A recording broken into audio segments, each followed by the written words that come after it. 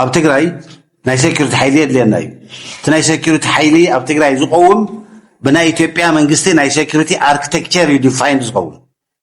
ብናይ ኢትዮጵያ መንግስቲ ናይ ሴኩሪቲ ኣርክቴክቸር ኣብ ፌደራል መንግስቲ ክሻብ ዝሃለና ብኡ ዲፋይንድ ዝኸውን እንታይ ዓይነት ፖሊስ የድልየካ እንታይ ዓይነት ሚሊሻ የድልየካ እንታይ ዓይነት ካብ ፖሊስ ልዕል ዝበለ ዕጡቕ ሓይሊ የድልየካ ዝብል ምስ ኣውፃእኻ ንዚ ዝኸውን 30,000 40,000 የድልየካ እዩ ምስ በልካ ካብኡ እንዳሓር ዘሎ ገሊኡ ፌደራል መንግስቲ ኣያቱ ወይ ፖሊስ ወይ ሰራዊት ኮይኑ ገሊኡ ድማ ናብ ዓዲ ሰናበት ዲዲኣር ካብ ኤስኤስኣር ቀፂሉ ዝመፅእ ኣጀንዳ እዩ ህዝቢ ብዛዕባ እዚ ብዙሕ ሌክቸር ዝገብር ደለ ይኮንኩን ኣብ ትግራይ እናሃለና እውን ብዙሕ ዝለዓል ነይሩ እዩ ንትግራይ ይጠቅም እዩ ነቲ ናይ ትግራይ ፖለቲካ ጥዕና ክህልዎ ይጠቅም እዩ ናይ ትግራይ ድሕነት ተሓልዎ ክኸውን ይጠቅም እዩ እቲ ናይ ሴኩሪቲ ስትራክቸር ናይ ትግራይ ብደንብ ማኔጅድ ክኾን ይጠቅም እዩ ዝብል ኣረኣያ እዩ ዘሎ መዓት ሰራዊት ተወዲኡ ናይ ፀላይ ባዕሉ መፅኡ ኣብኣ ተረፍሪፉ ባዕሉ ብድሮን ጀሚሩ ብድሮን ጥቃዓት ምስ ተጀመረ እቲ ናይ ድሮን ንዓና ሓድሽ ኣይኮነን ድሮን ከም ተጥቅዕ ድሮን መስዋዕትነት ከም ተኽፍል ዝፈልጥ ተን ድሮን ከመይ ጌርካ ከም ዝወርዳ እውን ዝፈልጥ እዩ ድሮን ምስ መፃ ፀረ ድሮን ምስ ጀመረ ድሮን ንሕና እውን ምኻድ ምስ ጀመራ ናይ ድሮን ውቅዒት ኣይፈልጥዎን ገና እዮም ሕዚኦም ጀሚሮም ተሄድማ ዝመፀ ሽዑ እዩ ንመጀመርያ ግዜ ኣብ ድሮን ዝውቅዕ ዘሎ ናይ ኢትዮጵያ ሰራዊት ቀልደ ይኮነ እንደልናኩም ከምቲ ማለይ ኮንና እንደልናኩም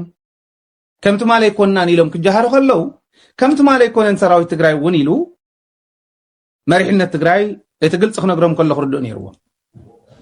ከምቲ ማለይ ኮንና ድሮናትን ከይደን ኣብዚ ደስ ይኽብሎ ዝግብኦም ህዝቢ ትግራይ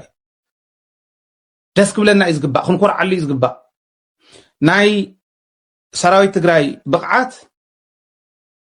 ኖርማል ሰራዊት እግረኛ ሰራዊት ናብ ኮማንዶ ምቕያር ጥራሕ ኣይኮነን ኣድላይ ዝበሃል ፅዋር እውን ሒዙ ድሮናት ናቶም ተኩሰን ከመይ ከም ዘውርድዎንን ከመይ ከም ካብኣተን ዓርሶም ከም ዝሕልውን ዝፈልጡ ሰራዊት ትግራይ ኣይደንገጹን እቶም ንመጀመርያ ግዜ ውቅዒት ድሮና ዝጠዓሙ ግን ከመይ ለምሃዲሞም ሰራዊት ኣብኡ ተሓምሸሸ ናልባሽ ኦፊሻሊ ክግለጽ እንተሃልይዎ ክገልጽዎ እዮም ሰራዊት ትግራይ ግለጽ እንተኢሎምና እውን ክንገልጽ ኢና ግን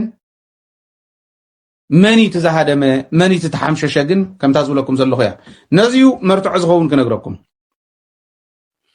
መርትዖና ብናይ ምዉታቶም ቪድዮ ፎቶ ብናይ ቁስላቶም በዝሒ ብናይ ምሩኻቶም በዝሒ ኢና ክንገልጾ ክንዱዚ ኢለ ክገልጽ ኣይደልን ምክንያቱ ክሕትተኒ እውን ስለ ዝኽእል ማለት መቁፀሪ ዘይብሉ ቆፂርካ ዘይውዳእ ሞት ኣው ተሓምሸሸ ቆፂርካ ዘይውዳእ ቁስል እስካዕ ሕዚ ዝሳቐ ዘሎ ግን ያው ዕድመን ሰራዊት ትግራይ ይሕክምዎም መዓት ምሩኽ ኣሎ ኣፅዋር እውን ከምኡ ሕዚ ከምዚ ኮይኑ ዝኸደ ብናይናትና ኢል መኮነን ናይ ፌስቡክ ፖስት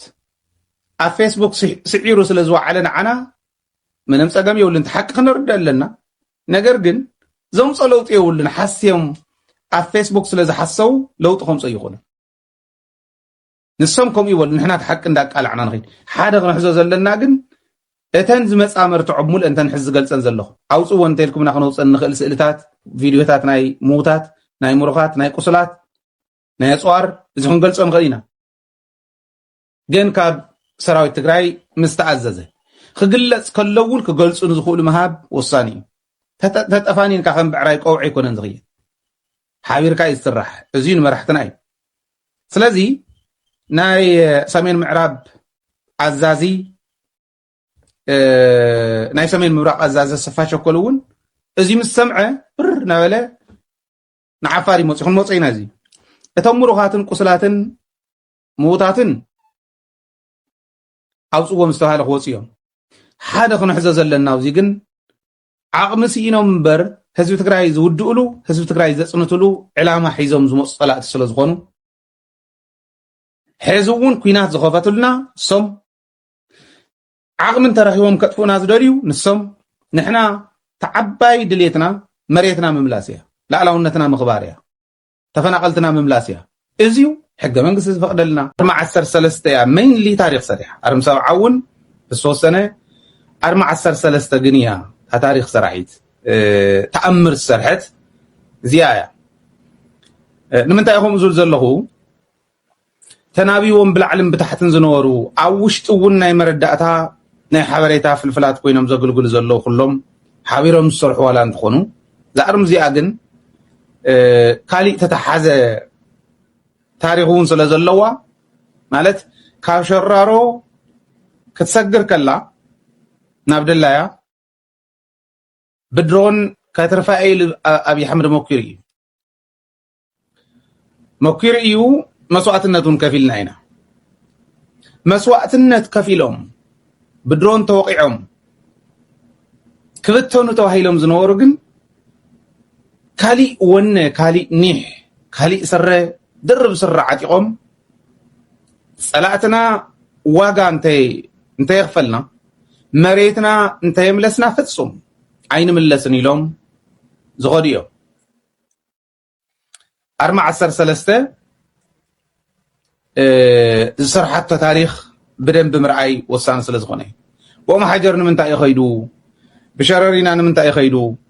اب كالوتون زرزر بلا خرداكم يزياتهم كلهم زارم زيا زغباب زي بدن بغير حيزات الله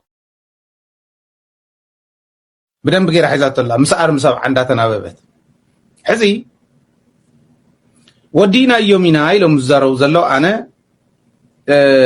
قال بقال كافتا بوتا زرخو كون كرداكم كمكري برغص اتو ناي مرخات يدالوكم زلو فلطيه بينا تلفزيونيم كحلفو ساتم ينفلطو كنري اينا بزغون خوين ግን ዝዳሎ ዘሎ ናይ ሙሩኻትን ናይ ቁስላትን ቪዲዮታት ኣሎ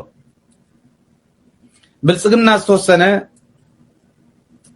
ትማል ምሸት ዝራእኽዎን ነይረን ጀነራል ባን ተማረኽና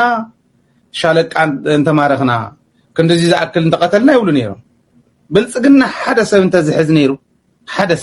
እንተዝሕዝ ነይሩ ዓለም መተገልበጠት ሚድያታት ብልጽግና ኩለን ኡይ መበላ ነይረን ተኣምር ሰሪሕና መበላ ነይረን ገይሮሞ ዘይፈልጡ ስለዝኾኑ